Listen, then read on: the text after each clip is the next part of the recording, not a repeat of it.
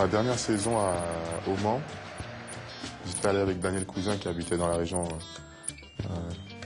J'étais allé avec lui voir un match de Marseille contre Lyon au Vélodrome.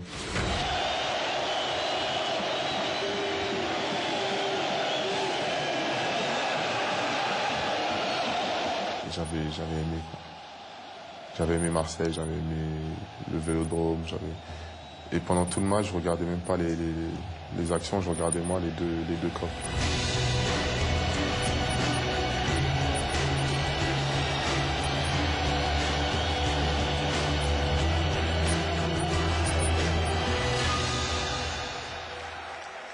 Au début, ça n'a pas été facile. On attendait Paoletta, on attendait Djibril Cissé, et puis on fait signer un joueur de 25, 26 ans qui vient de Guingamp, un petit club breton, qui finit 8e ou 7e en championnat. Et il faut faire ses preuves. Mais bon, ça n'a pas duré bien longtemps.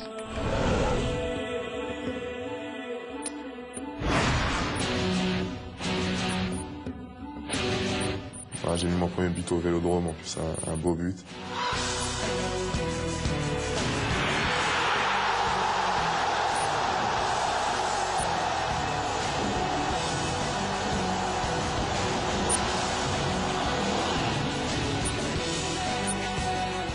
Et ça m'a surtout mis en confiance.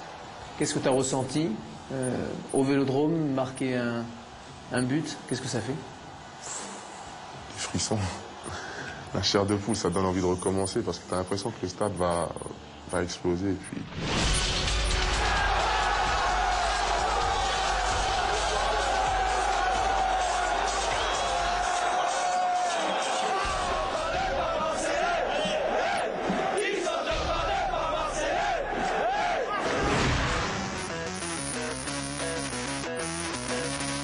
Il n'y a pas d'explication à ça, c'est son pays à mon avis.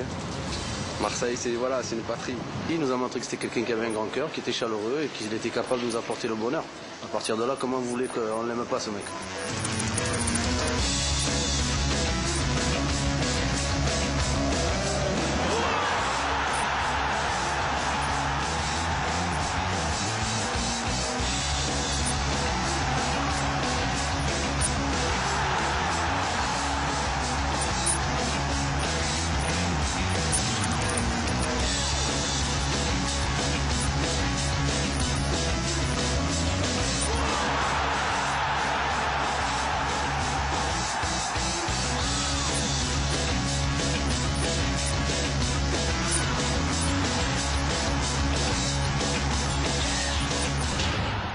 Le public, c'est extraordinaire.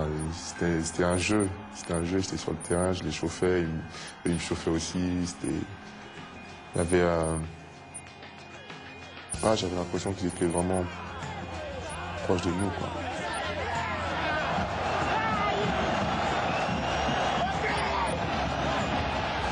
On était ensemble, quoi. Ils m'ont dit en Côte d'Ivoire, on est ensemble. Ils ont tout donné pour moi, ils m'ont tout donné.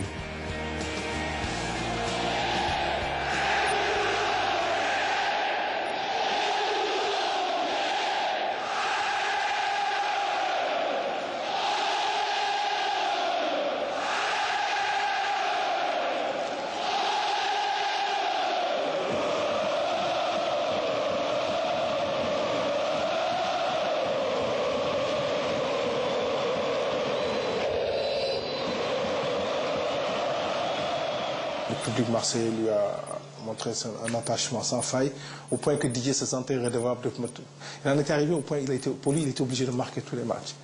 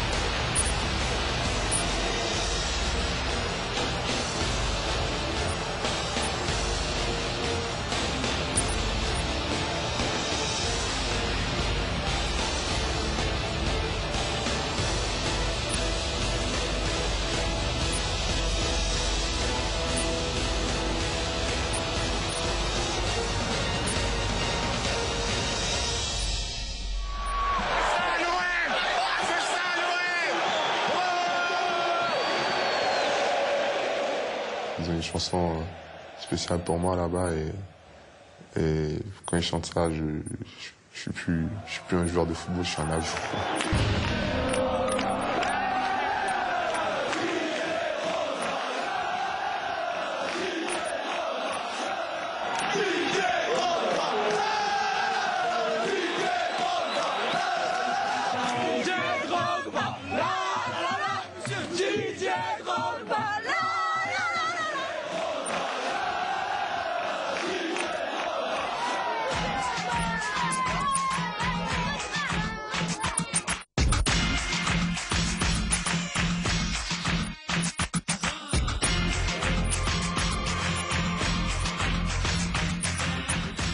Le changement, c'est juste au niveau football, hein, sinon humainement. Mais... Didier est resté toujours lui-même et je suis content parce qu'il sait d'où il vient et il est toujours resté humble.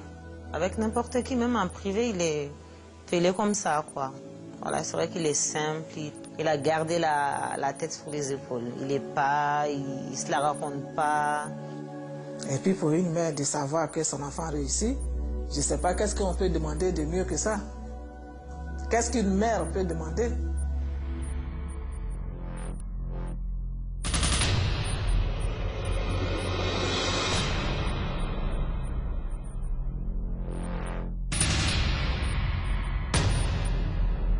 Je savais maintenant quel rôle j'avais assumé et j'avais décidé vraiment de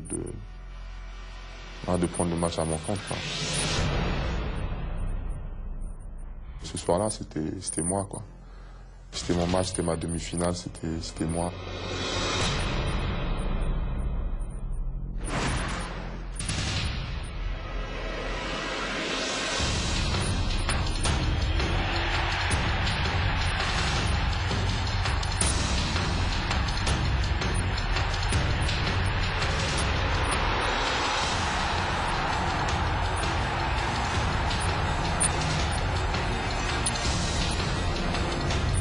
C'est quelque chose que j'avais beaucoup répété à l'entraînement à Guingamp. 1 ou 2 mètres carrés, c'est vraiment rapide par enchaînement. Et puis, voilà. Peut-être que je l'ai tellement fait, j'ai tellement rêvé que l'occasion s'est prêtée. Je suis parti tout seul, quoi. C'est pas seulement qu'il marque, mais c'est de ces buts qui marquent là, qui font aussi qu'on parle beaucoup. Parce que c'est des buts qu'on ne croise pas souvent.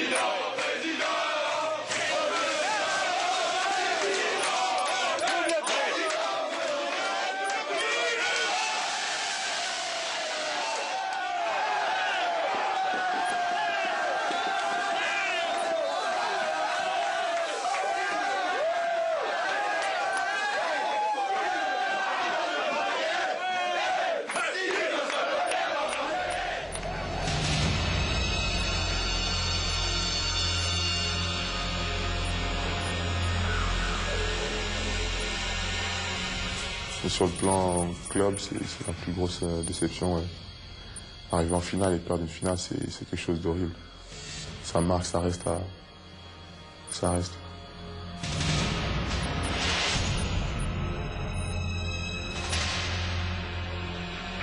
Comment est-ce que tu réagis après une défaite, en finale de Coupe UEFA ou après un autre match? Le soir après le match, ouais, je réagis très mal. Je suis pas forcément sociable.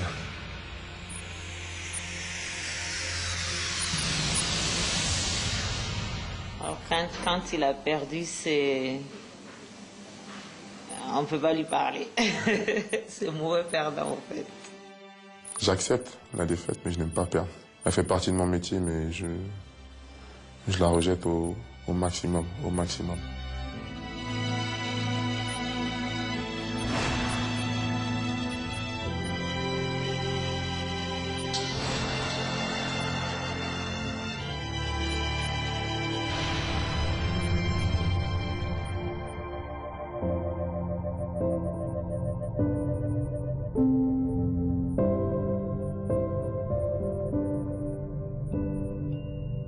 J'ai fait des clubs, on m'a montré beaucoup d'affection dans les clubs que j'ai joués.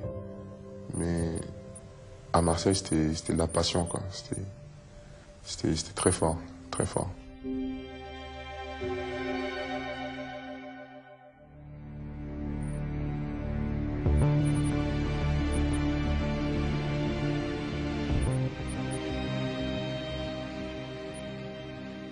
J'ai toujours voulu rester à Marseille, j'ai voulu faire ma carrière là-bas, j'ai voulu faire une carrière un peu à la Maldini, comme je le répète souvent. Autant avant, j'avais des perspectives, je parlais d'aller jouer en Angleterre, tout ça. Une fois à Marseille, non, voilà quoi, j'avais pas envie d'aller voir ailleurs. Mais malheureusement, 1 ou 2 semaines après mon arrivée, est venue l'offre fabuleuse qu'on connaît de Chelsea, mais pas sur le bureau du président ni sur le bureau du manager général que j'étais devenu, mais sur celui de Robert Louis Dreyfus, le patron du club, qui tout de suite a accepté l'idée d'une session de Didier Drogba. Je savais qu'il était tellement viscéralement attaché à Marseille qu'au point qu'il ne pensait même pas que même tu pouvais lui offrir tout, ce garçon dans sa tête, il ne bougerait pas. Je lui dis que je m'en foutais. Ça a peut-être choqué, ça a peut-être choqué les supporters de Chelsea, mais je n'avais pas envie de partir. Didier, quand il est venu à Marseille, il est devenu très tôt le roi du stade Vélodrome, il est devenu le roi de Marseille. Les gens ne juraient que par lui, il s'y réalisait pleinement, il était le leader de l'équipe, il était aimé comme peut-être rarement un joueur n'a été autant aimé à Marseille.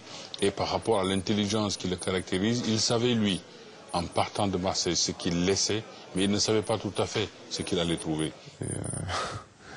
J'ai fait même des choses presque absurdes pour ne pas aller à Chelsea. Genre?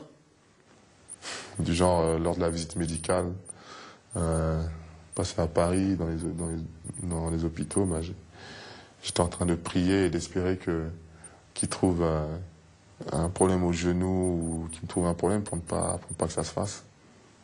Ah oui, carrément. Ah oui. Ça allait loin quand même. Très loin.